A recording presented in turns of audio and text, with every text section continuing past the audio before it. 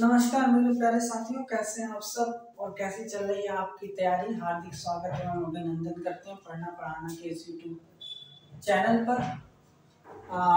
आप सबके कमेंट्स के लिए थैंक यू, आप सबके सपोर्ट के लिए थैंक यू, सबका धन्यवाद है। शुभ आशीष से शुभकामनाएं हैं, ऐसे ही खूब पढ़िए कंसंट्रेशन के साथ। आज का वीडियो हमारा नागरिकता यानी भारतीय संविधान के भाग 2 की बात हम यहाँ पर कर रहे थे, जिसमें अनुच्छेद 5 से 11 तक के जो प्रोविजंस हैं हमारे इंडियन कॉन्स्टिट्यूशन के पार्ट 2 में, उस पर एक हम चर्चा आपके साथ ऑलरेडी कर चुके हैं। तो उसमें हमने आखिरी में देखा था कि अनुच्छेद 11 में 1950 के बाद यानी 26 जनवरी 1950 जब हमारा संविधान लागू होता है, हालांकि कुछ अनुच्छेद नागरिकता जैसे जो अनुच्छेद थे वो हमारे जब संविधान अंगीकृत हुआ है, जब आत्मार्पित हुआ है, यानी वो 26 नवंबर 1949 की तारीख जब हमने अपना संविधान खुद को समर्पित किया है, आत्मार्पित किया है, उसी दिन हमारे कुछ प्रोविजंस जो है एक्टिवेट हो गए थे, लेकिन लागू हो गए थे, इनैक्ट हो गए थे। हालांकि जो नागरिकता के आगे के अधिकार हैं, जैसे जो हमारे भारतीय नागरिक हैं उनके आगे कैसे जो है भारत की नागरिकता कोई प्राप्त कर सकता है, या किसी व्यक्ति की किस प्रकार से नागरिकता छीनी जा सकती है, समाप्त की जा सकती है, इसको लेकर के नागरिकों के अधिकारों के बारे में जो भी विधान बनाने की शक्ति थी, जो विधायी शक्ति थी, वो सब हमारी संसद को सौंप दी गई थी। इसी क्रम में संसद ने 1955 में भारतीय नागरिकता अधिनियम 1955 को पारित किया। यानी हमारे यहाँ नागरिकता अधिनियम 1955 आता है, और ये नागरिकता अधिनियम 1955 हमें ये बताता है कि कैसे किसी व्यक्ति को भारत की नागरिकता मिल सकती है। यानी नागरिकता ये क्या करता है, ये नागरिकता की प्राप्ति और नागरिकता की समाप्ति के बारे में उपबंध करता है। यानी 26 जनवरी 1950 के बाद किसी व्यक्ति को कैसे भारत की नागरिकता प्राप्त हो सकती है और किसी नागरिक की किस तरह से नागरिकता की समाप्ति हो सकती है, इन उपबंधों को भारतीय संसद ने नागरिकता अधिनियम 1955 में वर्णित किया। अब इसी नागरिकता अधिनियम 1955 में अब तक 6 बार संशोधन हो चुका है। कितनी बार? 6 बार। कितनी बार? 6 बार संशोधन हो चुका है। और 6 बार संशोधन कब कब हुआ है? तो इस नागरिकता अधिनियम में अब तक कितनी बार संशोधन हो चुका है? तो 6 बार इस नागरिकता अधिनियम में क्या हो चुका है? संशोधन हो चुका है। कब कब हुआ है? तो बहुत ध्यान से देखिएगा। एक तो 1986 में हुआ है, पहला संशोधन कब हुआ है? 1986 में। दूसरा संशोधन होता है 2003 में, तीसरा संशोधन होता है 2005 में, चौथा संशोधन होता है 1992 में। कब होता है? 1992 में। और एक संशोधन होता है कब? 2015 में।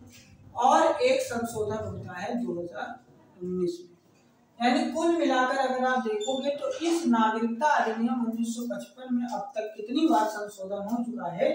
तो अब तक 6 बार इसमें संशोधन हो चुका है। एक हुआ है 1986 में, एक हुआ है 1992 में, एक हुआ है 2003 में, एक हुआ है 2005 में, एक हुआ है 2015 में, और एक हुआ है 2019 में।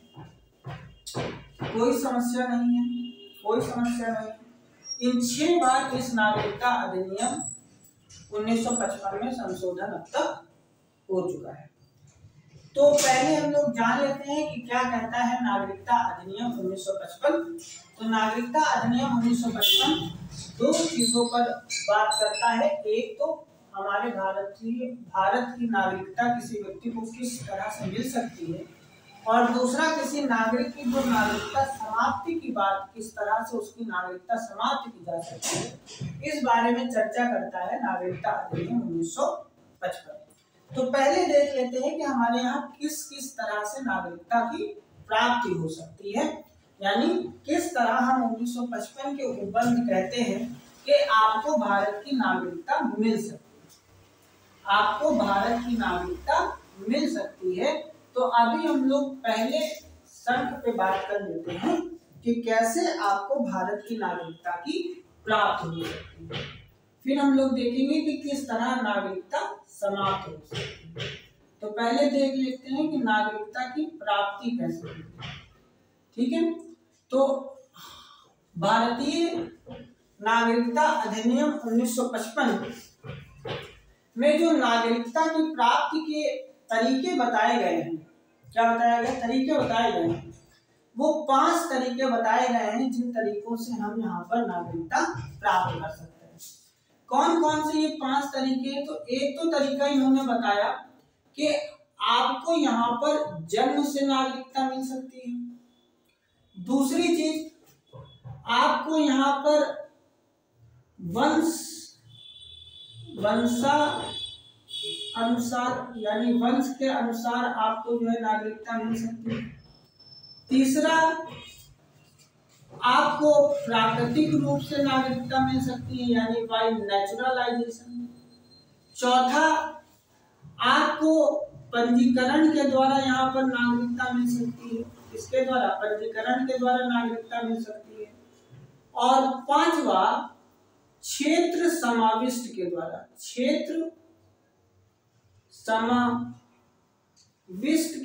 समाविष्ट के द्वारा आपको यहाँ पर नागरिकता मिल सकती है। यानी कुल मिलाकर आपको 5 तरीकों से भारतीय नागरिकता मिल सकती है, जिसमें एक तरीका है कि जन्म के आधार पर आपको नागरिकता मिल जाए। दूसरा, वंशानुसार आपको नागरिकता मिल सकती है।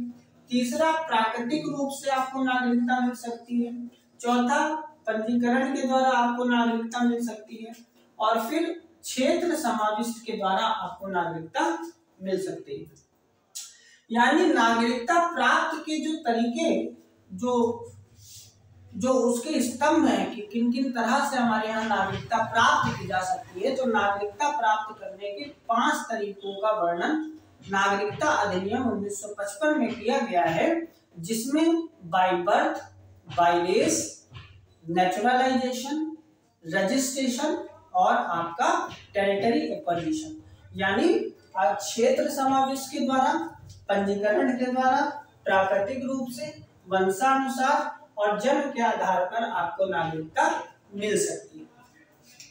अब देखते हैं कि अगर किसी व्यक्ति को जन्म के आधार पर नागरिकता मिल रही है, तो क्या ऐसी खास चीजें हैं जो देखी जाएंगी जन्म के आधार पर आपको नागरिकता अगर मिल रही है, तो क्या चीजें ऐसी होनी चाहिए, वो क्या कंडीशंस हैं जो हम लोग को द्वारा फुलफिल होनी चाहिए, तभी हम लोग जन्म से भारत के नागरिक माने जाएंगे। तो इस विषय में सबसे पहले ये बात की गई कि आपका जन्म भारत में हो कब रहा। अगर हम जन्म के आधार पर देखें कि नागरिकता कैसे मिलती है, तो सबसे पहले जन्म के आधार पर यह देखा जाएगा कि आपका जन्म के आधार पर नागरिकता अगर आप देख रहे हैं, तो यहाँ पर कुछ तारीखें आप ध्यान रखें। जैसे एक तारीख है 26 जनवरी 1950। ये तारीख तो कभी आप भूल ही नहीं सकते। क्यों नहीं भूल सकते? क्योंकि यही वो तारीख है जब आपके यहाँ संविधान लागू होता है, यानी हम अपना पहला गणतंत्र दिवस के रूप में इसको सेलिब्रेट करते हैं। दूसरी तारीख जो आपको याद रखनी है जन्म के आधार पर, वो है 1 जुलाई 1987। अभी बताएंगे क्यों ये महत्वपूर्ण। दूसरी तारीख आपको कौन सी याद रखनी है? 1 जुलाई 1987। और तीसरी तारीख जो आपको याद रखनी है वो है 3 दिसंबर 3 दिसंबर 2003। कौन सा? 3 दिसंबर 2004, माफ करिएगा 2004, 3 दिसंबर 2004। तो ये 3 तारीखें आप याद रखो। एक 3 दिसंबर 2004, एक 1 जुलाई 1987 और एक 26 जनवरी 1950। इन 3 तारीखों का उल्लेख इस जन्म के आधार पर जो आपको नागरिकता मिल रही है ये डिसाइड होगा। कैसे, आइए देखते हैं। मान लीजिए कि किसी व्यक्ति का जन्म हो रहा है, 26 जनवरी 1950 के बाद, या 26 जनवरी 1950 को, यानी यहाँ तक आपको नागरिकता कैसे मिली है, कैसे नहीं मिलेगी, ये सब आपको डिटेल चर्चा कहाँ मिलेगा? अनुच्छेद 5 में, अनुच्छेद 6 में, अनुच्छेद 7 में, अनुच्छेद 8 में। किंतु भविष्य में किसी व्यक्ति को कैसे नागरिकता मिलेगी या कैसे नागरिकता समाप्त होगी या नागरिक के अधिकारों के बारे में विधान बनाने की शक्ति, ये सारी चीजें किसके हाथों में सौंपी गई? संसद के हाथों में सौंपी गई। संसद ने नागरिकता अधिनियम 1955 बनाया, जिसमें ये बताया गया कि कैसे नागरिकता प्राप्त अर्जित की जा सकती है और कैसे नागरिकता की समाप्त की जा सकती है। नागरिकता प्राप्त के तरीके में 5 बताया गया कि जन्म के आधार पर, प्राकृतिक आधार पर, पंजीकरण के द्वारा, क्षेत्र समावेश के द्वारा और वंश के आधार पर आपको नागरिकता मिल सकती है। जन्म के आधार पर यह देखा जाएगा कि आपका जन्म 26 जनवरी 1950 को या इसके बाद हो रहा है, किंतु 1 जुलाई 1987 के पहले हो रहा है। ध्यान दीजिएगा, 1 जुलाई 1947 के पहले और 26 जनवरी 1950 के बाद, यानी इस काल पीरियड में, यानी इस टाइम ऑफ पीरियड में अगर आपका जन्म हुआ है तो आपको भारत की नागरिकता मिल जाएगी। कोई बहुत मुश्किल बात नहीं है, आपको भारत की नागरिकता मिल जाएगी। और जन्म कहाँ हो रहा हो, कंडीशन है, ये जन्म हो रहा हो कहाँ पर? भारत में। कहाँ पर? भारत में। भारत के बाहर नहीं। भारत के बाहर अगर जन्म हो रहा होगा, है ना, भारत के बाहर अगर जन्म हो रहा होगा तो वाया रजिस्ट्रेशन या वाया नेचुरलाइजेशन आपको जो है नागरिकता मिलेगी। मैं बताऊंगा कैसे। लेकिन जन्म के आधार पर क्या है कि अगर आपका जन्म भारत में हो रहा है और जन्म 26 जनवरी 1950 के बाद हो रहा हो या 1 जुलाई 1987 के पहले हो रहा हो, तो क्या होना चाहिए? आपको जन्म के समय आपके माता पिता की नागरिकता के बावजूद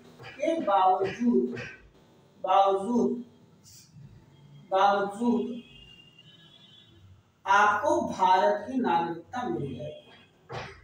भारत की नागरिकता मिल जाएगी, कोई समस्या नहीं आएगी। आपके माता पिता की नागरिकता भारत की और जन्म से आप भी जो है भारत के नागरिक मान लिए जाएंगे, यहाँ तक कोई समस्या नहीं। दूसरी चीज ये है कि अगर आपका जन्म मान लीजिए 1 जुलाई 1987 को हो रहा के दिन हुआ या इसके बाद हुआ, किंतु 3 दिसंबर 2004 के पहले हुआ, यानी इस टाइम पीरियड में अगर आपका जन्म हो रहा है, कब?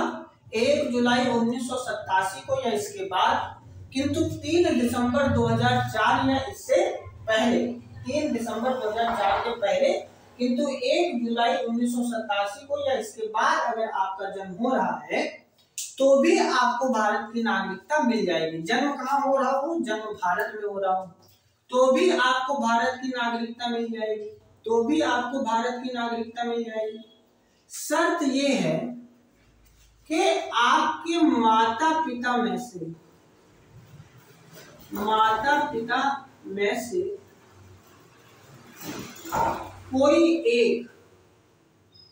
कोई एक भारत का नागरिक हो, कोई एक भारत का नागरिक हो तो आपको भारत की नागरिकता मिल जाएगी। अब कोई एक में आपकी माता भारत की नागरिक होगी तो भी आपको मिल जाएगी, आपके पिता अगर भारत के नागरिक हैं तो भी आपको नागरिकता यहाँ पर मिल जाएगी, कोई दिक्कत यहाँ पर नहीं। तीसरी समस्या ये है कि आपका जन्म, अगर ये दूसरी कंडीशन है, ये पहली कंडीशन। तीसरी कंडीशन यहाँ पर ये है कि मान लीजिए आपका जन्म 3 दिसंबर 2004 के बाद हुआ 3 दिसंबर 2004 को या इसके बाद आपका जन्म हो रहा हो, कहाँ के बाद अगर आपका जन्म हो रहा है, कहाँ पर, भारत में, तो भी आपको भारत की नागरिकता मिल जाएगी। शर्त वही है कि माता पिता में से कोई एक भारत का नागरिक हो, किंतु इसको ध्यान से देखिएगा, किंतु अगर मान लीजिए पिता भारत का नागरिक है तो माता अवैध प्रवासी ना हो, और अगर माता भारत का नागरिक है तो पिता अवैध प्रवासी ना हो, यानी इलीगल माइग्रेंट ना हो इंडिया में, कि लुका छुपी तरीके से आप जो है बॉर्डर क्रॉस करके इंडिया में आए, चोरी से आप भारत में आए, है ना, चोरी से अगर आप भारत में आए तो यहाँ पर आपको नागरिकता नहीं मिलेगी। यानी अगर पेरेंट्स में से कोई एक भारत का नागरिक है और दूसरा यहाँ पर अवैध प्रवासी नहीं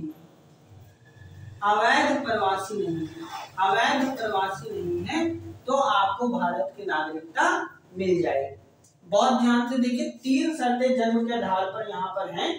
एक तो आपका जन्म 26 जनवरी 1950 के बाद हो रहा हो, किंतु 1 जुलाई 1987 के पहले हो रहा हो, तो आपको भारत की नागरिकता मिल जाएगी, आपके माता पिता के भारत की नागरिकता होने के बावजूद मिल जाएगी, कोई दिक्कत नहीं। किंतु अगर आपका जन्म 1 जुलाई 1987 के को या इसके बाद हो रहा है, किंतु 3 दिसंबर 2004 के पहले हो रहा है, तो भी आपको भारत की नागरिकता मिल जाएगी। शर्त ये है कि माता पिता में से कोई एक भारत का नागरिक होना चाहिए।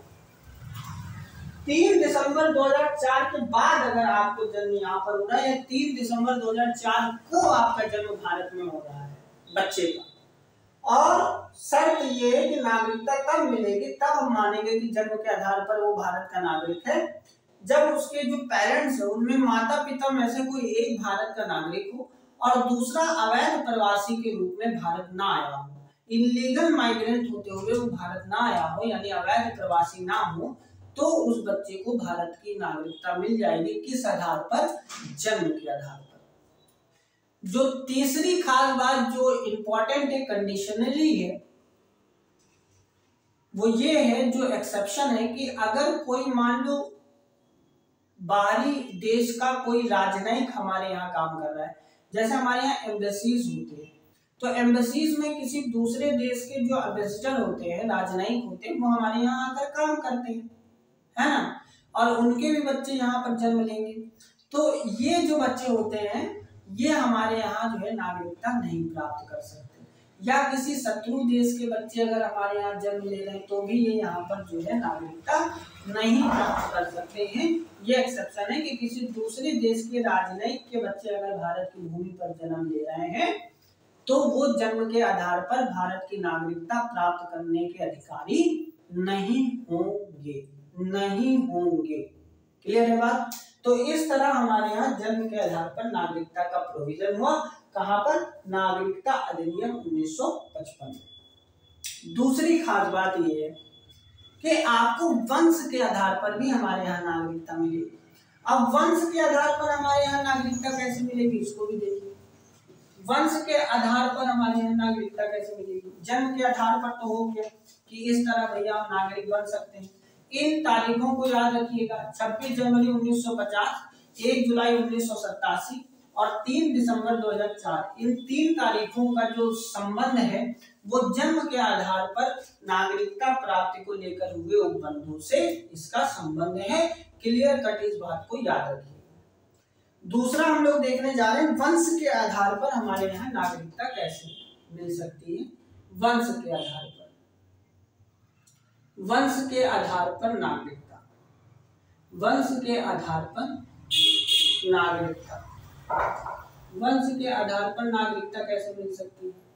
तो वंश के आधार पर सीधी सी बात है कि जो जन्म हो रहा हो वो भारत के बाहर हो रहा है, भारत के बाहर हो रहा है। पहली चीज तो ये दिमाग में ध्यान रखें कि उस व्यक्ति का जो जन्म होगा वो भारत में नहीं होगा। कहाँ होगा? भारत के बाहर हो रहा है। जन्म कहाँ हो रहा है? भारत के बाहर हो रहा है। ठीक है, इसमें भी कुछ तारीखें आपको याद रखनी है। बेसिकली एक ही तारीख याद रखनी है, वो तारीख है 10 दिसंबर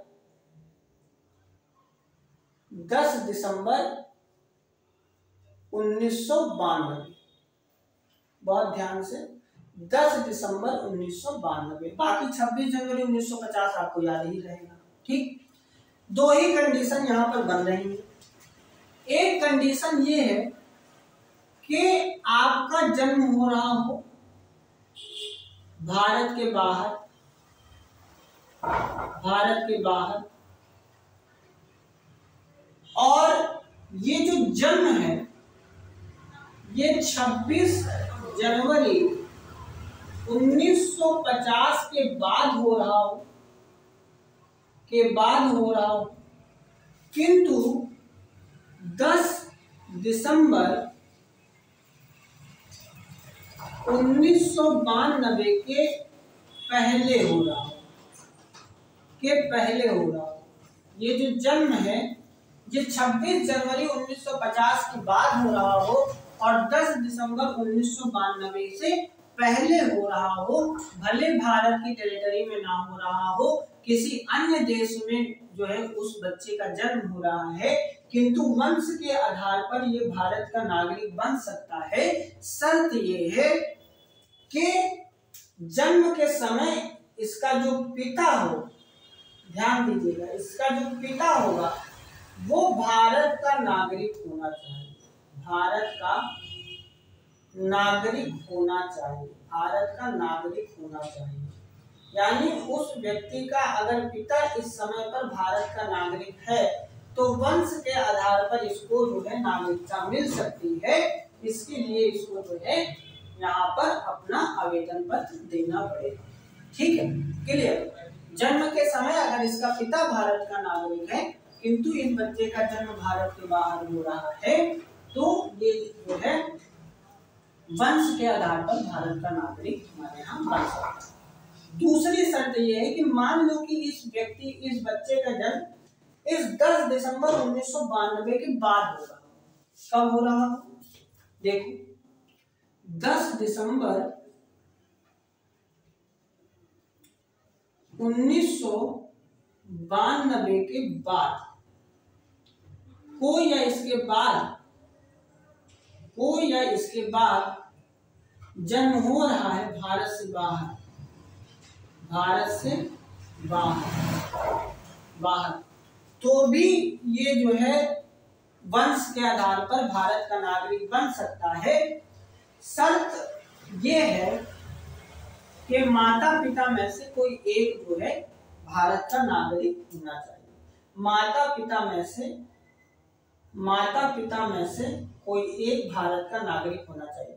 किंतु अगर 10 दिसंबर 1992 के पहले हुआ है तो पिता को अनिवार्य रूप से ध्यान दीजिएगा, यहाँ पर पिता को भारत का नागरिक होना अनिवार्य है। और 10 दिसंबर 1992 के बाद हुआ है तो माता पिता में से कोई भी, चाहे माता भारत के नागरिक हो चाहे पिता भारत के नागरिक हो, इसको जो है जन्म के आधार पर नागरिकता मिल जाएगी। लेकिन इस कंडीशन में एक कंडीशन और है कि जिस समय बच्चे का जन्म हो रहा है तो भारतीय कॉन्सुलेट में इसको उस जन्म के समय बच्चे का रजिस्ट्रेशन करा देना पड़ेगा और साथ ही साथ ये भी शपथ पत्र देना पड़ेगा कि उसके पास किसी अन्य देश का जो है पासपोर्ट नहीं है, अन्य देश का पासपोर्ट वो अपने पास नहीं रखता है, तो ही यहाँ पर वंश के आधार पर उसको नागरिकता मिल सकती है उसके बच्चे को। ठीक है, तो ये हो गया वंश के आधार पर हमारे यहाँ कैसे नागरिकता मिलेगी। तो एक तारीख याद रखिएगा 10 दिसंबर 1992। 10 दिसंबर 1992 के पहले और 26 जनवरी 1950 के बाद अगर जन्म हुआ है तो पिता का अनिवार्य रूप से भारत का नागरिक होना अनिवार्य है।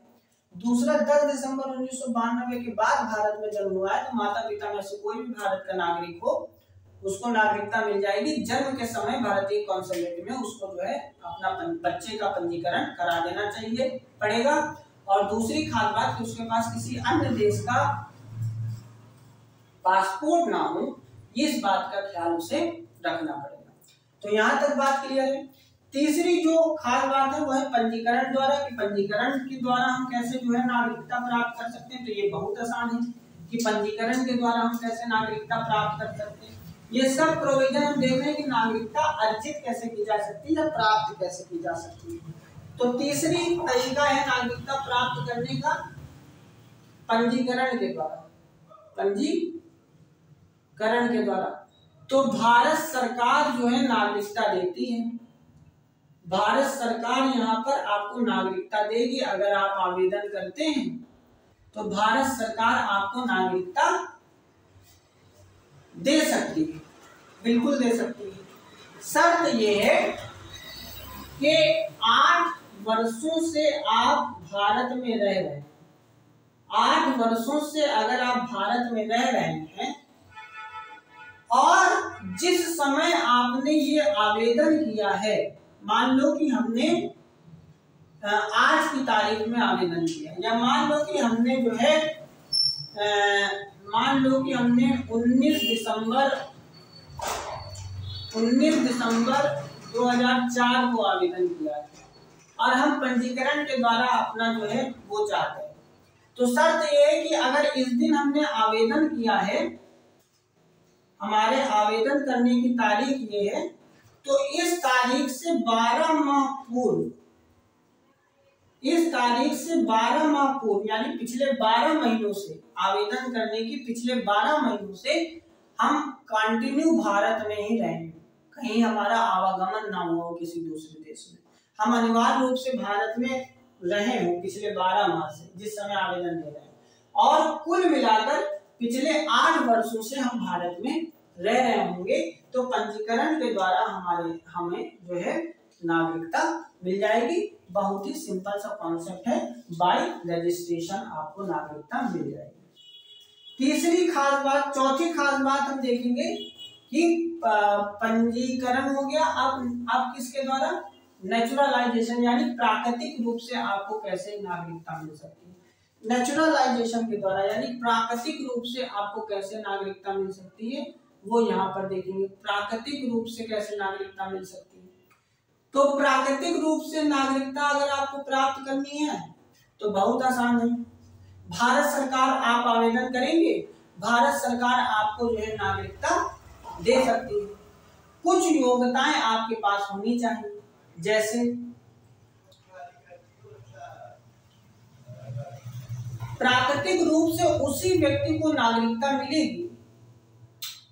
मान लीजिए हम जिस व्यक्ति के देश में नेचुरलाइजेशन से नागरिकता भारतीय नागरिकों को मिलती है। जैसे अगर हमारे यहाँ का कोई व्यक्ति हो तो नेचुरलाइजेशन से किसी देश में नागरिकता प्राप्त करना चाहता है और उस देश में नेचुरलाइजेशन के द्वारा नागरिकता दी जाती है। अगर ऐसी कंट्री का कोई व्यक्ति हमारे यहाँ आता है और कहता है नेचुरलाइजेशन से हमें नागरिकता चाहिए, तो उसको नागरिकता मिल जाएगी। पहला तो हम ऐसे लोगों को नागरिकता देते हैं। दूसरी जो खास बात है कि नेचुरलाइजेशन से हमें नागरिकता प्राप्त करनी है तो जिस दिन, जैसे मान लीजिए कि हमने आवेदन किया है, तो जिस दिन भी हम आवेदन कर रहे हैं और उस आवेदन की स्वीकृति हो गई, मान लीजिए कि केंद्र सरकार ने स्वीकृत कर लिया आपका आवेदन, तो और आपके पास किसी और देश की नागरिकता है, तो जिस दिन नागरिकता की स्वीकृति होगी आपके आवेदन पत्र की, उसी दिन आपको जिस देश की आप नागरिकता होल्ड करते हैं उस देश की नागरिकता आपको उसी समय से त्याग देनी पड़ेगी। दूसरी शर्त। तीसरी शर्त यह है कि अगर कोई व्यक्ति ऐसा है जो भारत में रह रहा है और कुछ विशेष सेवाएं दे रहा है, जैसे मान लो कि किसी सरकार के पद पर है या सरकारी पद पर है या भारत में रह रहा है या थोड़ा भारत में रह रहा है, कुछ कहीं और कार्य कर रहा है, या मान लो कि कहीं और रह रहा है पर भारत में कार्य कर रहा है, यानी दोनों में से थोड़ा थोड़ा कंडीशन भी हमारे यहाँ फुलफिल हो रही हो, तो भी वो भारत का नागरिक बन सकता है। अच्छे स्वभाव का होना चाहिए, संविधान के प्रति आदर प्रकट करना चाहिए, और सबसे बड़ी खास बात ये है कि जो हमारे 8वीं अनुसूची में जो भाषाएं बताई गई हैं उन भाषाओं में अगर वो व्यक्ति जाता है, यानी अगर उसका ज्ञान रखता है तो भी नागरिकता मिल सकती है। खास बात यह है कि अगर कोई व्यक्ति ऐसा है जो विज्ञान, दर्शन, साहित्य, विश्व शांति या मानव कल्याण जैसे कार्य भारत में कर रहा है और भारत में निवास कर रहा है, तो ऐसे व्यक्ति को भी भारत सरकार जो है नागरिकता दे सकती है। इवन भारत सरकार को ये भी अधिकार है कि वो इन दशाओं में से किसी एक को भी नेगलेक्ट कर सकती है अगर उसका व्यवहार अच्छा है, या उस सारी दशाओं को भी नेगलेक्ट कर सकती है अगर वो नागरिकता देना चाहती है। ये भी अधिकार भारत सरकार को है। और एक खास बात है, अगर मान लीजिए कि आप पिछले 14 वर्षों से भारत में रह रहे हैं, 14 वर्षों से आप भारत में रह रहे हैं और आप चाहते हैं कि भारत की नागरिकता आपको मिल जाए, तो कोई बात नहीं, आप आवेदन करिए। जिस दिन आप आवेदन करेंगे तो पहली दशा यही है कि इस आवेदन की तारीख के पूर्व 12 माह से आप यहाँ पर कंटिन्यू रह रहे हो, यानी आपका आवागमन ना कहीं हुआ हो, आप कंटिन्यू 12 माह यहाँ रह रहे हैं जिस दिन आपने आवेदन किया है। और मान लीजिए आप अगर 14 वर्षों से आप कह रहे हैं कि आप भारत में रह रहे हैं, तो अगर इन 14 वर्षों का कैलकुलेशन मैं करूं, भारत सरकार करे, तो इसमें इन 14 वर्षों में 11 वर्षों का निवास आपका भारत का निकलना चाहिए कंटिन्यू। मान लीजिए कि 3 साल आप अपने देश गए या कहीं और गए, तो इस तरह आवागमन में अगर 3 साल निकल भी गए तो इन 14 वर्षों में कम से कम 11 वर्ष का आपका निवास भारत में होना चाहिए। और जिस तारीख को आप आवेदन कर रहे हैं इसके पहले 12 माह कंटिन्यू आप भारत में रहे हो तो भी आपको बाय नेचुरलाइजेशन जो है भारत की नागरिकता मिल जाएगी, कोई समस्या नहीं। क्षेत्र समावेश के द्वारा आप जानते हो कि अगर भारत सरकार किसी बाह्य क्षेत्र को भारतीय संघ का हिस्सा बना लेगी तो उस क्षेत्र के विशेष व्यक्तियों को भारत सरकार नागरिकता प्रदान करती है, इसमें कोई भी समस्या नहीं। अब तो इन तरीकों से हमारे यहाँ नागरिकता अर्जित की जा सकती है, जन्म के आधार पर, पंजीकरण के आधार पर, और प्राकृतिक रूप से वंश के आधार पर, और क्षेत्र समावेश के द्वारा। जैसे सिक्किम को हमने एक्वायर किया तो सिक्किम के लोगों को हम लोगों ने नागरिकता दे दी, पुडुचेरी को हमने अडॉप्ट किया तो एक्वायर किया तो वहां के लोगों को दे दी, है ना। तो इस तरह जैसे क्षेत्र समावेश के द्वारा भी हम लोग नागरिकता दे देते हैं, भारत सरकार दे देगी। अब देख लेते हैं कि नागरिकता की समाप्ति कैसे कर सकता है भारतीय नागरिकता अधिनियम 1955 किस तरह भारतीय नागरिकता समाप्त की बात करता है। तो 3 तरीके से हमारे यहाँ नागरिकता समाप्त की बात करता है। कौन?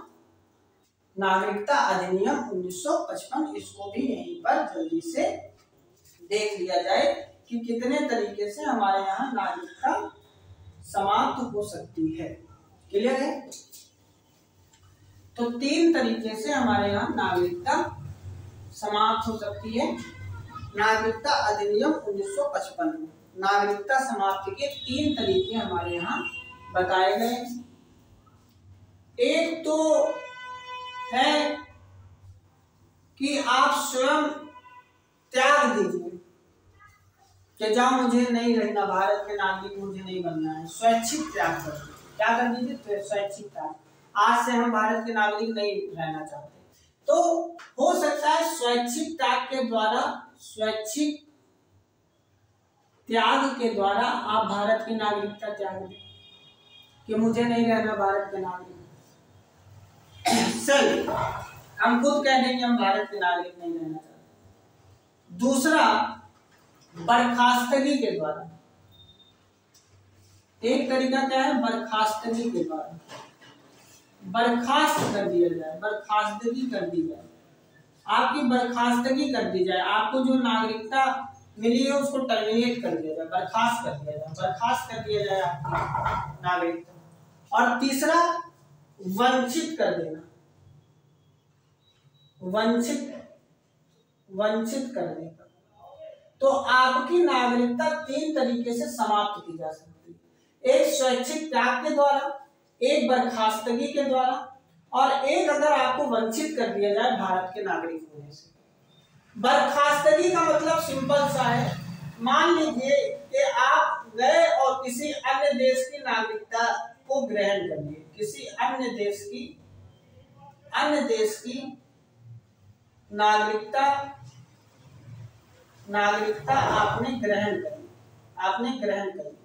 तो जैसे ही आप किसी अन्य देश की नागरिकता ग्रहण करेगी, तो भले आपको भारत सरकार ने नागरिकता दी हो, लेकिन जिस दिन आप ये नागरिकता ग्रहण करेंगे अन्य देश की, उसी दिन भारत की नागरिकता आपकी क्या हो जाएगी? बर्खास्त हो जाएगी, टर्मिनेट हो जाएगी, खत्म हो जाएगी अपने आप। बात समझ में आ रही है कि नहीं? यहाँ पर बर्खास्त हो जाएगी। स्वैच्छिक त्याग आप खुद त्याग दें कि जाओ मैं भारत का नागरिक नहीं बनना चाहता, मैं छोड़ दूंगी भारत की नागरिकता, हो गया, ठीक है।